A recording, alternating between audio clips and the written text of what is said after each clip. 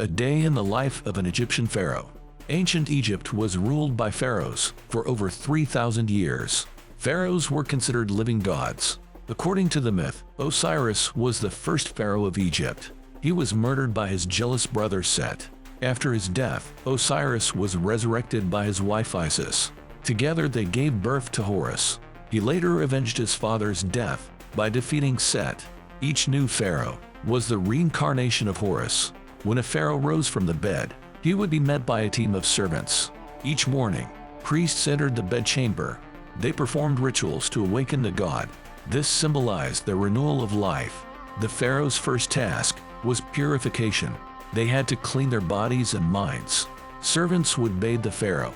Some rulers, such as Hatshepsut, liked to be perfumed with oils. The pharaoh had a team of dressers. They specialized in everything, from sandals to wigs. The Egyptians had actual laws about who could wear wigs. Slaves were banned from wearing them. The higher your status, the better wig you could wear. Royal wigs included gold and silver threads. Pharaohs sometimes wore fake beards as well. After the morning rituals, the dressed pharaoh started work. Much of their day revolved around state matters. Pharaohs traveled in sedan chairs, carried by servants. Fan bearers provided air conditioning. The entire entourage included over 50 people. The pharaoh oversaw justice, taxes, and resources. The pharaoh was the highest lawgiver. He made decrees to maintain order. For serious crimes like treason, the pharaoh might preside over the case in person. Part of the job was also diplomacy.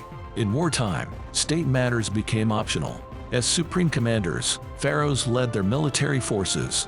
One of the most famous was Ramses II. He led successful campaigns into Syria and Nubia. His victory against the Hittites is carved on temple walls across Egypt. Another accomplished general was Thutmose III. He expanded the Egyptian empire to the largest it had ever been. From the Euphrates River to Nubia, perhaps the best Egyptian general was Ahmose I. He drove the invading Hyksos out of Egypt. He established the powerful new kingdom. The ruler was the representative of the gods on earth. Every day, he visited the temple to make a sacrifice to the gods.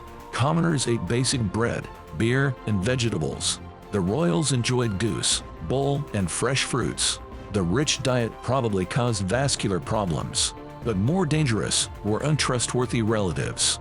Ramses III was the victim of a harem conspiracy. His secondary wife Tia wanted to put her son Panaware on the throne. She succeeded in killing the pharaoh.